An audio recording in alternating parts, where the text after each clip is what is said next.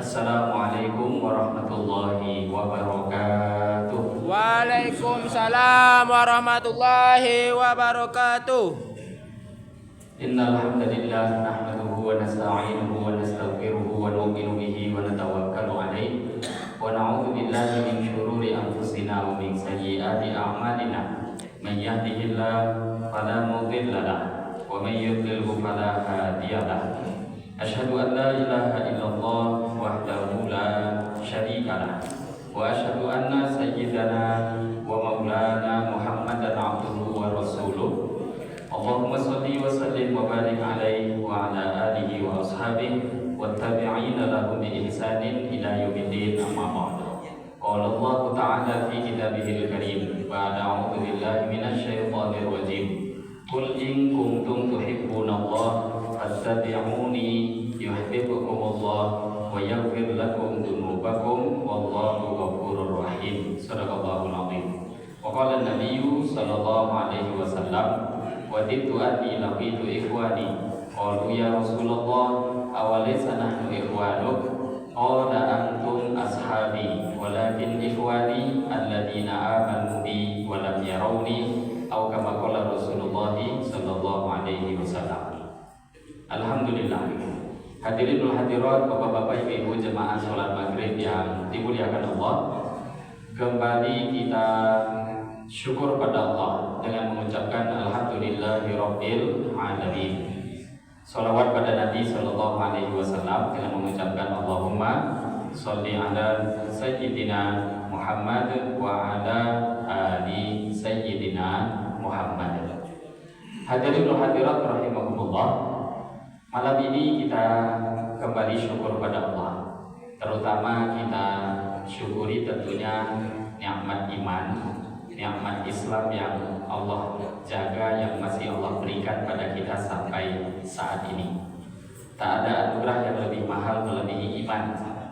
Dalam Al-Quran Allah sendiri menyampaikan wa antumul a'laun in kuntum mu'minin. Kalian semua a'laun, ini jamaknya a'la. A'la itu paling tinggi, paling mulia, paling agung. Di a'la satu, a'laun, kalian semua tinggi, kalian semua hebat, kalian semua agung. In kuntum mu'minin, syaratnya adalah kalau kalian jadi orang beriman. Maka hebat menurut Allah, tinggi menurut Allah, itu hanya orang beriman. Kalau tak ada iman seperti apapun, itu tak ada derajatnya di sisi Allah Subhanahu wa Ta'ala. Maka sering kita dengar hadis-hadis, contoh Nabi Shallallahu Alaihi Wasallam bersabda, dunia ini tak akan dikiamatkan selagi masih ada orang yang mengucapkan Allah, Allah. Jadi maknanya ada satu saja orang beriman di dunia ini masih dibiarkan Allah. Sebenarnya bukan dunia ini yang berharga, tapi orang beriman yang ada harganya di sisi Allah. Maka kita syukuri anugerah iman yang masih Allah jaga. Kita masih dijadikan orang Islam, dan tentu anugerah-anugerah lain yang juga tak akan mampu kita hitung. Kesehatan, panjang umur, lapangnya waktu, dan anugerah lain.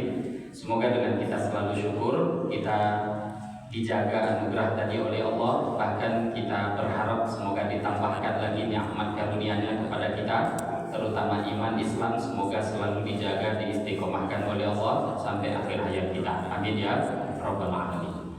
Hadirin wa hadirat rahimakumullah, di malam hari ini kita kembali lanjutkan i'tikaf. Bagi Bapak Ibu yang belum niat, maka niatkan nawaitul i'tikaf di hadzal masjid sunnatan lillahi ta'ala. Niatkan dalam hati, saya niat i'tikaf di masjid ini sunnah semata-mata karena Allah Ta'ala. Sambil mengisi i'tikaf, kita menunggu waktu sholat isya, kita akan mendengarkan hadis-hadis Nabi Sallallahu Alaihi Wasallam dari kitab Al-Abwab Al-Muntakhabah min Mishkatil Masabih. Kitab Mishkatul Masabih ini kitab hadis yang hampir dijadikan rujukan karena menjadi kitab ringkasan kutub sittah.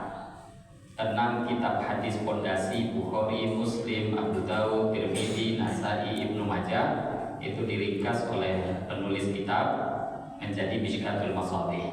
Dalam beberapa kajian yang khusus untuk para ulama, itu sebelum mengkaji Bukhari, Muslim, mereka disarankan untuk menyelesaikan kitab ini. Nah, cuma kitab itu terlalu tebal, diringkas lagi, dipilihkan beberapa hadis-hadis yang agak ringan untuk kita umat Islam secara umum dibaca.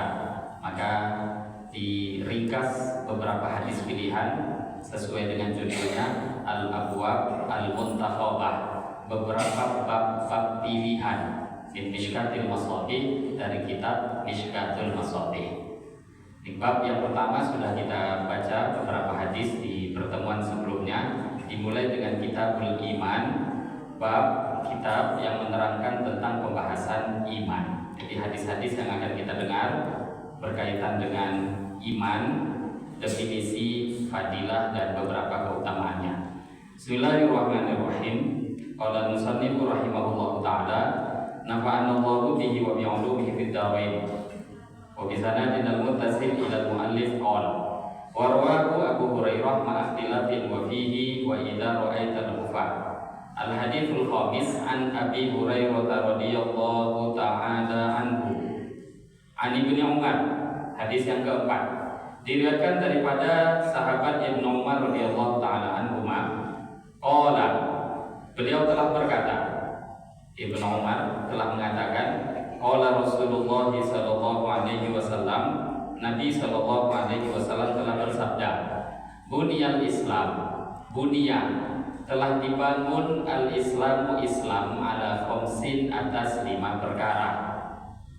Syahadati an la ilaha illallah, yang pertama yaitu syahadat, bersaksi bahwa tidak ada Tuhan yang hak disembah selain Allah, wa anna Muhammadan abduhu wa rasuluh, dan sesungguhnya Nabi Muhammad itu adalah hamba dan utusan Allah, wa iqamis shalah, dan menegakkan salat, wa ita'iz zakah, menunaikan zakat, wal haji, haji, wa shaumi Ramadan, dan berpuasa di bulan Ramadan. Muttafaqun alaih. Hadis ini disepakati oleh Imam Bukhari dan Imam Muslim. Nah, hadis ini tentu masyhur karena hadis ini adalah rukun Islam.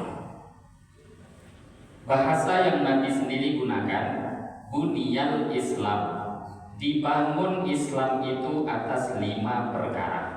Jadi Nabi berbicara dengan kita, memberikan satu contoh, Islam itu seperti bangunan, bunia yang dibangun.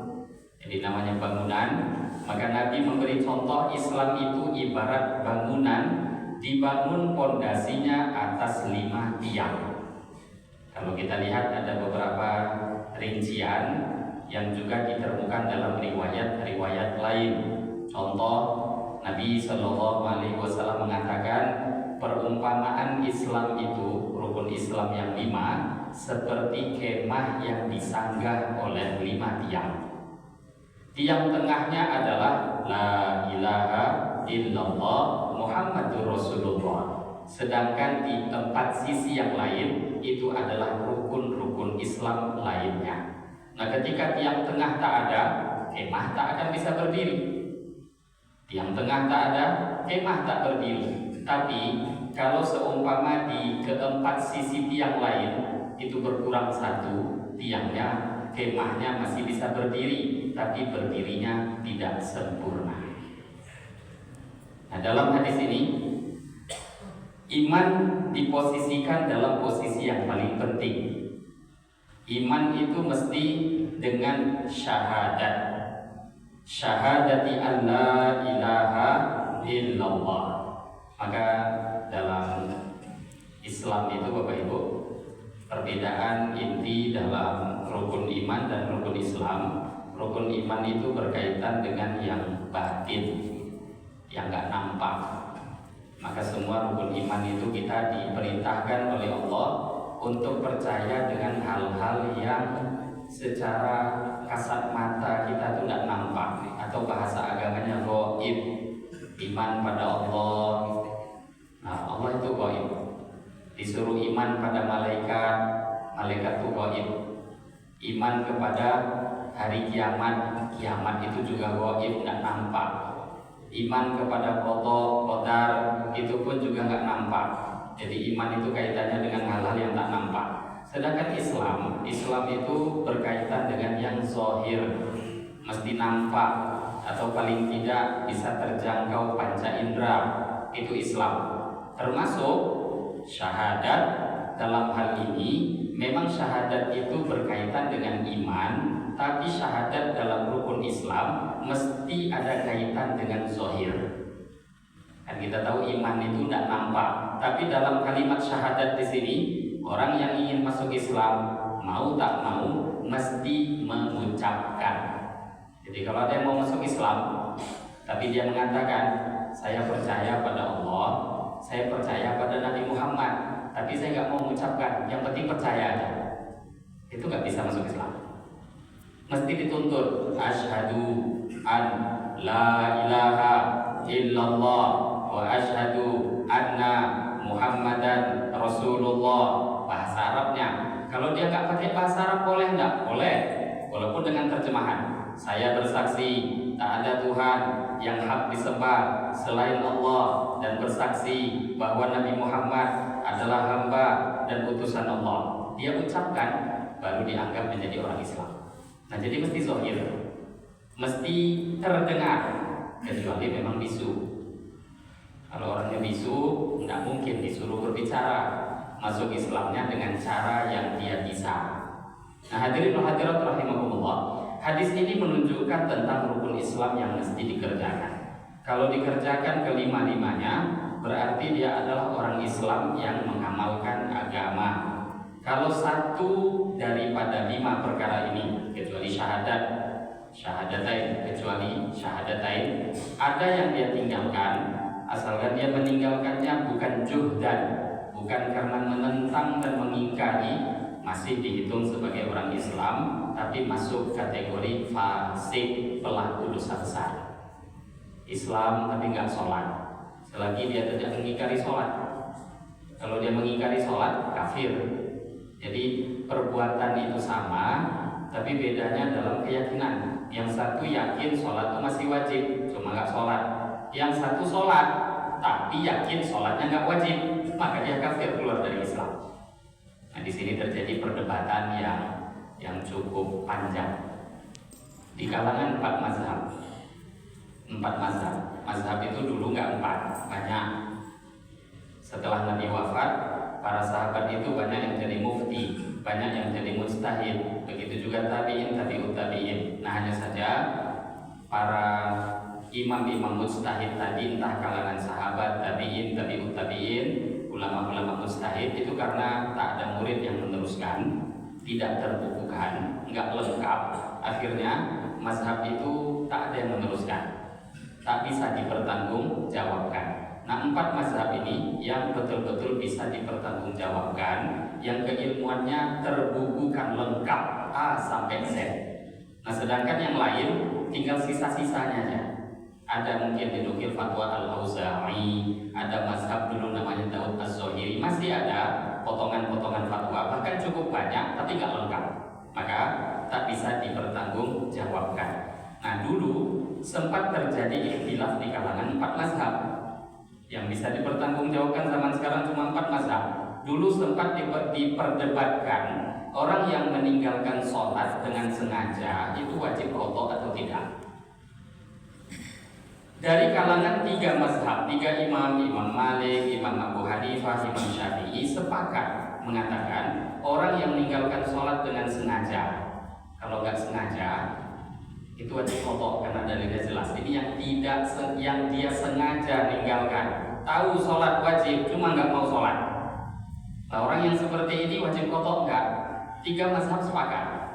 Sedangkan Imam Ahmad bin Hanbal awal mula tidak. Beliau mengatakan orang yang meninggalkan sholat kalau memang karena lupa, ketiduran, karena uzur, memang nggak sengaja, maka baru ada qadha. Tapi kalau dia tinggalkan karena sengaja, memang betul-betul nggak mau sholat, akhirnya terlewatkan waktunya, maka tak ada qadha bagi orang yang seperti itu. Jadi ini pendapat pertama, awal mula pendapat fatwa Imam Ahmad bin Hanbal rahimahullah ta'ala. Tapi Kemudian selepas itu terjadi dialog antar murid guru, tapi murid guru di sini dua-duanya mujtahid, yaitu Imam Syafi'i dan Imam Ahmad bin Hanbal. Imam Syafi'i tanya pada Imam Ahmad bin Hanbal, benarkah menurut engkau orang yang meninggalkan sholat dengan sengaja itu tak wajib qadha? Kata Imam Ahmad, betul. Nah, terus bagaimana? Karena menurut Imam Ahmad, beliau mengambil hadis yang tegas. Hadis yang tegas itu man taraka shalah muta'ammidan faqad kafar. Siapa yang meninggalkan sholat dengan sengaja, muta'ammidan, meninggalkan sholat sengaja, maka dia kafir. Jadi Imam Ahmad memang keras dalam hal ini. Kok nggak sholat? Kafir. Nggak sholatnya sengaja, kafir. Maka Imam Syafi'i mengatakan, ada orang nggak sholat waktu zuhur, kemudian nanti waktu asar dia mau sholat. Zuhur tadi enggak, tapi asar sholat. Atau asar nggak sholat, maghribnya mau sholat. Sekarang aku bertanya, kata Imam Syafi'i, apakah engkau mensyaratkan dia orang yang tadi asar nggak sholat, terus maghrib dia mau sholat, apakah engkau syaratkan sebelum dia sholat maghrib baca syahadat dulu? Kata Imam Ahmad, nggak perlu, langsung aja sholat. Lah katanya kafir, kan nggak sah sholatnya orang yang tak Islam. Maka Imam Ahmad pun terdiam. Ketika itulah beliau rujuk ini, akhirnya fatwanya pun sama dengan 4 mazhab, sama. Siapapun orang yang meninggalkan sholat, baik sengaja ataupun tidak, baik karena uzur ataupun tidak, wajib qadha setelahnya. Nah, jadi 4 mazhab ini sepakat sebenarnya. Nah, zaman sekarang ada pendapat lama Imam Ahmad ini dipakai sama kawan-kawan Salafi, karena ini diambil kembali oleh Ibnu Taimiyah. Jadi Ibnu Taimiyah membagi, kalau sengaja nggak perlu qadha, tapi kalau memang nggak sengaja, ketiduran, lupa, nah itu baru qadha. Nah, sebenarnya Bapak Ibu, ini konsekuensinya beda. Apakah mau dikatakan kafir orang Islam itu, serusak-rusaknya dia jadi orang Islam itu nggak mau dikatakan mantan Islam? Kalau sudah Islam diganggu, walaupun dia nggak sholat, ngamuk juga ke orang. Jadi kalau memang mengambil fatwa tadi, nggak wajib qadha, berarti Anda mau dikatakan man taraka shalah muta'ammidan faqad kafar. Kalau meninggalkan sholat dengan sengaja kafir, apakah rela dikatakan jadi mantan kafir? Maka walaupun mantan kafir, pernah murtad, itu kan nggak nyaman. Sedangkan fatwa 4 mazhab jelas, fatwa daripada 4 mazhab, rukun Islam 5 ini selain syahadat, itu kalau ditinggalkan tergantung dia meninggalkan karena malaskah atau dia meninggalkan karena mengingkari. Kalau mengingkari, betul kafir, keluar daripada agama Islam. Tapi kebanyakan umat Islam tak sholat, atau mungkin sudah wajib zakat nggak zakat, atau bulan Ramadan nggak puasa. Ini kalau ditanya, selagi dia memang Islam, itu bukan karena mengingkari, memang karena lemahnya iman. Nah, kalau memang lemah iman, masih Islam, tapi fasik, dia termasuk orang yang melakukan dosa besar. Mesti bertaubat pada Allah, dan cara bertaubat, kalau amal itu amal fardu, mesti diqadha. Kalau memang amalnya amal sunnah, baru tidak wajib diqadha. Nah, jadi rukun Islam ini ditinggalkan salah satu selain syahadat, tergantung niat orangnya, entah dia tinggalkan karena mengingkari atau tidak. Nabi Hurairah radhiyallahu taala anhu, diriwayatkan daripada sahabat Abu Hurairah radhiyallahu taala anhu, qala Rasulullah sallallahu alaihi wasallam, Nabi telah bersabda, al-imanu, iman itu bid'un wa sab'una syu'bah, ada 70 cabang lebih. Dalam bahasa Arab itu bid'un wa sab'un itu 70, bid'un itu bilangan 3 sampai 9. Nah, ini angka-angka cara ngitung yang beda dalam bahasa Arab. Kalau kita dengan bahasa Arab ada sedikit perbedaan. Jadi bahasa Arab ada 73 lebih. Nah, itu terjemahannya. Bid'un wa sab'un. Iman itu ada 73 cabang lebih, tapi 73 sampai 79, enggak sampai 80. Nabi tidak menyebut angka pasti. Fa'afdaluha, adapun yang paling afdal dari cabangan itu, cabangan iman tadi, qaulu la ilaha illallah, adalah ucapan la ilaha illallah. Wa adnaha, sedangkan cabangan paling rendahnya imatatul adza anit thariq, menyingkirkan yang mengganggu menyakiti manusia dari jalan. Wal haya'u, sedangkan malu syu'batun, adalah bahagian minal imani, daripada iman. Nah, Nabi di sini nggak nyebut secara rinci. Angka 73, 74, 75 aja nggak dirinci. Bahkan dari 70-an tadi yang Nabi sebut cuma 3. Yang pertama paling tinggi la ilaha illallah. Paling rendah menyingkirkan duri atau apapun yang mengganggu dari jalan raya, entah jalan kecil ataupun besar yang dilewati manusia. Nampak ini mengganggu orang ini, dia singkirkan, itu tandanya dia punya iman. Dan Nabi sebut salah satu contoh, malu adalah salah satu cabangan daripada iman. Nah, sebenarnya di pertemuan yang lalu, 1 bulan yang lalu, kita mendengar satu hadis yang cukup panjang, namanya hadis Jibril. Hadis Jibril ini masyhur. Ketika Jibril datang, dan kejadian ini menjelang Nabi wafat, Jibril pada waktu itu menyampaikan pada sahabat, saluni, sekarang tanyalah apapun yang mau kalian tanya. Nah, sahabat itu karena kewibawaan Rasulullah itu memang terlalu besar, itu nggak berani nanya pada Nabi. Sehingga sahabat sering mengatakan, kami berharap ada Arabi, orang Arab dusun, Arab Badui datang nanya perkara-perkara agama, akhirnya kami dapat manfaat. Nah, memang orang tuh kalau sahabat jumpa Nabi, memang nampak Nabi di depan mata, itu kehebatan Nabi itu jelas. Nah, tapi kalau orang-orang pegunungan, tentu wibawa Nabi agak kurang. Jadi kalau nanya terlalu berani. Nah, di sini ketika sahabat Nabi suruh tanya, itu memang hampir Nabi wafat, tak ada yang mau tanya, sampai akhirnya Jibril datang untuk mengajarkan agama kepada para sahabat lewat bentuk dialog. Yang akhirnya bertanya, apa itu iman, apa itu Islam, apa itu ihsan. Nabi terangkan rukun iman lengkap, rukun Islam lengkap, dan Nabi terangkan apa itu ihsan. Ihsan itu dalam hadis, engkau sembah Allah seolah-olah melihat Allah. Kalau belum mampu derajat seperti itu, rasakan, yakini dalam hati Allah melihat engkau. Itu minimal derajat itu pun sudah masuk kategori ihsan. Nah, sebenarnya kata para ulama, hadis ini pun juga seperti ringkasan hadis yang tadi, hadis Jibril. Hadis Jibril itu Bapak Ibu, saking tingginya derajatnya, kalau dalam Al-Quran ada surat Al-Fatihah. Al-Fatihah itu punya gelar Ummul Quran, induknya Quran atau intinya Quran. Nah, hadis Jibril itu karena sudah mencakup seluruh agama, itu dikatakan oleh para ulama gelarnya Ummus Sunnah. Pokok inti daripada sunnah terkumpul dalam hadis tadi. Ya gimana tidak? Rukun iman lengkap dibahas, rukun Islam lengkap dibahas, lah 2 itu sudah jadi intinya agama.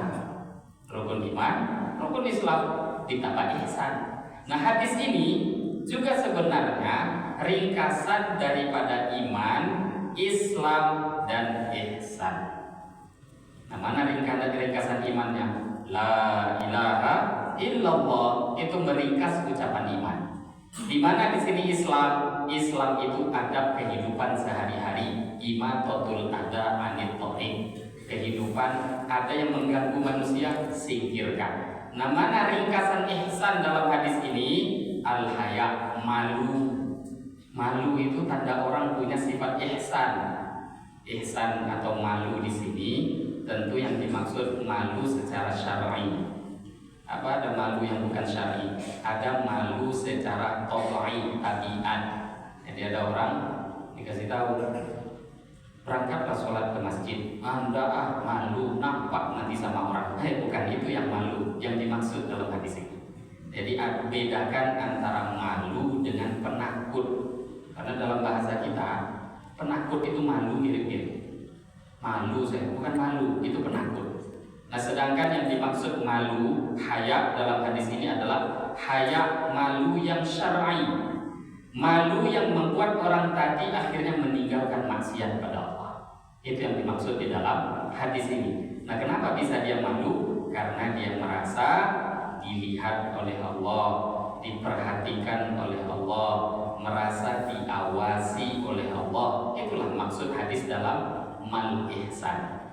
Apa itu ihsan? Kata Nabi. Maka ketika Jibril mengatakan apa itu ihsan, anta'budallah ka'annaka tara, nyembah Allah seolah-olah melihat Allah. Kalau nggak mampu, sembahlah Allah seolah-olah engkau dilihat, merasa diawasi, diperhatikan oleh Allah. Jadi hadis itu kadang nampaknya di sini ringkas, tapi ternyata punya kaitan dengan hadis lain. Bahkan bisa dikatakan hadis ini meringkas lagi hadis Jibril yang sebelumnya kita dengar.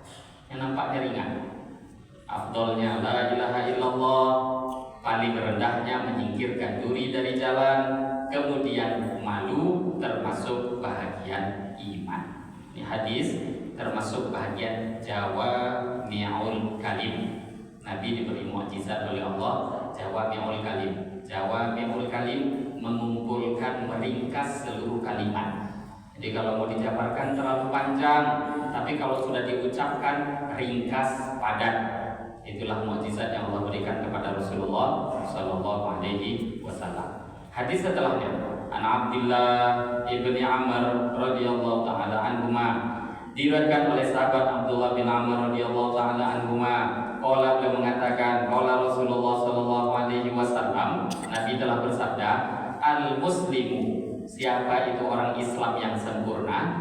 Orang Islam yang sempurna, man adalah orang salima yang selamat, al-muslimuna, orang-orang Islam lainnya, min lisanihi, daripada lisannya, wa yadihi, dan daripada tangannya.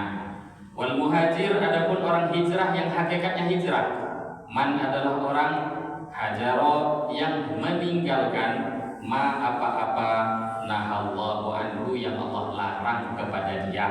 Hadza lafzul Bukhari, lafaz hadis yang baru saja kita dengar, lafaz hadis Bukhari. Adapun lafaz hadis Imam Muslim, inna rajulan, satu orang sa'ala telah datang bertanya an-nabiyya pada Nabi sallallahu alaihi wasallam, ayyul muslimina khair, orang Islam yang paling sempurna, yang paling baik itu siapa? Qala, maka Nabi mengatakan, man, orang Islam yang terbaik adalah orang saliman muslimuna min lisanihi wa yadihi, yang mana orang-orang Islam lainnya selamat daripada lisan dan tangannya. Kenapa cuma dua ini disebut, lisan dengan tangan? Lisan sama tangan ini paling banyak dosa dalam hidup. Bahasa Arab Bapak Ibu, jadi telunjuk, ini namanya sababah. Jadi telunjuk ini namanya sababah. Kalau diterjemah, kalau kita kan telunjuk, kenapa dinamakan telunjuk? Karena nunjuk. Nunjuk itu gak pakai begini, gak pakai begini. Kalau nunjuk barang pasti pakai jari ini. Karena memang nunjuk pakai jari ini dinamakan jari telunjuk. Dalam bahasa Arab, jari ini dinamakan sababah. Sababah itu artinya caci maki. Karena orang tuh kalau udah nyaci-nyaci, nunjuk-nunjuk, jari ini paling banyak dosa. Ketika kita memotong kuku, itu hadis sahih. Kehidupan kita ini pastinya ada sunnah dalam semua kehidupan. Jadi bedanya Islam dengan di luar Islam, Islam itu aturan hidup, agama itu aturan hidup. Jadi kalau ada agama yang tidak mengatur hidup pengikutnya, itu aslinya bukan agama. Masa berpakaian nggak ada aturan, duduk nggak ada aturan, makan tak ada aturan, bicara tak ada aturan. Cari agama manapun, tak ada yang punya aturan lengkap melebihi Islam. Islam cara duduk aja ada, cara potong rambut pun ada, cara potong kuku pun ada. Nah, potong kuku itu kalau hadis sahih tak ada, tapi beberapa riwayat, termasuk diantaranya yang disampaikan Imam Ahmad, yang disampaikan Imam Ghazali, termasuk Imam Nawawi. Kalau mulai memotong kuku, dimulai dari jari kanan, dimulai dengan telunjuk. Ini apa hikmahnya? Dari telunjuk itu paling banyak dosa. Jadi telunjuk, suka nunjuk-nunjuk, jari tangan ini memang paling banyak dosanya di tubuh kita. Termasuk yang kedua, yang paling banyak dosa mulut kita. Jadi tangan, mulut. Maka di sini Nabi SAW menyebutkan dua, bukan berarti yang lain nggak ada salah. Orang Islam yang hakikat Islam mampu jaga dua ini, tangannya, mulutnya, tidak menyakiti orang Islam lainnya. Itulah orang Islam yang sempurna. Jadi Nabi sering meringkas. Ada amal-amal yang kalau diringkas, maka nanti berarti dia bisa jaga amal lainnya. Contoh, sholat dijaga, amal lain terjaga. Badan juga sama. Dua ini mampu dijaga, yang lain juga akan ikut baik. Tapi kalau sudah dua ini nggak terjaga, yang lain ikut rusak. Jadi dua perkara ini kenapa diberikan contoh oleh Nabi sebagai contoh Islam yang sempurna pada diri seseorang. An Anas radhiyallahu taala anhu, daripada sahabat Anas, qala beliau mengatakan Rasulullah sallallahu alaihi wasallam telah bersabda, la yu'minu, tidak beriman. Tapi di sini mesti ditakwilkan. Ya, kalau nggak ditakwilkan jadi ahli zahir, apa-apa cuma zahir ayat, zahir hadis gawat. Kalau dikatakan tak beriman, banyak yang jadi kafir orang Islam. Maka di sini la yu'minu, tak sempurna iman ahadukum, salah seorang di antara kalian, hatta akuna ahabba ilaih, sehingga aku, kata Nabi, lebih dia cintai min walidihi, daripada ayahnya, wa waladihi, daripada anaknya, wan nasi ajmain, bahkan melebihi seluruh manusia. Ini ada beberapa hadis juga yang mirip dengan hadis ini. Ketika Nabi mengatakan tak beriman di antara kalian sebelum dia mencintai aku melebihi segalanya. Maka waktu itu ada Sayyidina Umar bin Khattab di samping Nabi. Kemudian Umar mengatakan, ya Rasulullah, Tuhan aku cintai melebihi segalanya, melebihi diriku sendiri. Tapi kalau untuk diri sendiri tidak. Tapi melebihi yang lain ya, anak, istri, keluarga. Maka kata Nabi, kalau begitu imanmu belum sempurna. Maka setelah itu baru Sayyidina Umar mengatakan, ya Rasulullah, kalau begitu aku cinta pada Tuhan melebihi segalanya, melebihi diriku sendiri. Maka Nabi waktu itu mengatakan, al-an ya Umar. Ini ada dua nih maknanya, al-an ya Umar, sekarang engkau baru beriman. Atau makna yang kedua, al-an ya Umar, dengan sigot atau bentuk kalimat pertanyaan, kok baru sekarang kamu begitu? Mestinya kalau sudah iman harusnya dari dulu. Nah di sini Bapak Ibu, hadis ini menerangkan pada kita bahwa cinta itu ada beberapa level. Yang disampaikan oleh Nabi di sini, tak beriman, tak sempurna iman salah seorang di antara kalian sebelum dia cinta pada aku, lebih cinta, dia cinta pada aku bahkan melebihi ayah, anak, bahkan seluruh manusia. Nah cinta di sini Nabi mau memberitahu cinta itu ada macam-macam. Ada namanya cinta tabai, cinta naluri asli. Contohnya suami pada istri, orang tua pada anak. Itu mestinya nggak diusahakan pun itu sudah ada. Nah, kalau ada orang nggak cinta anak, nggak cinta keluarga, itu nggak normal, berarti nggak sehat. Karena itu mesti aslinya ada. Nah sedangkan yang Nabi maksud di sini, cinta itu bukan cinta tabai tadi, tapi cinta ikhtiari, mahabbah ikhtiari, cinta yang perlu diusahakan. Karena kalau nggak diusahakan dia nggak akan datang. Jangankan kita, sahabat pun perlu usaha. Nah sekarang cinta itu Bapak Ibu timbul kalau mau korban. Jadi kalau kita ingin cinta pada satu perkara, maka berkorbanlah untuk perkara tadi. Kalau ingin cinta pada Allah, berkorbanlah untuk Allah. Ingin cinta untuk agama, korbanlah untuk agama. Pertanyaan satu contoh, kenapa ibu lebih cinta kepada anak melebihi ayah? Kenapa? Karena ibu itu lebih banyak korban kepada anak melebihi ayah. Ayah korban juga, cuma ibu ngandungnya 9 bulan. Susah payahnya melahirkan tuh antara hidup dan mati. Selepas itu tidak cukup di sana, nyusui lagi 2 tahun. Banyak pengorbanan.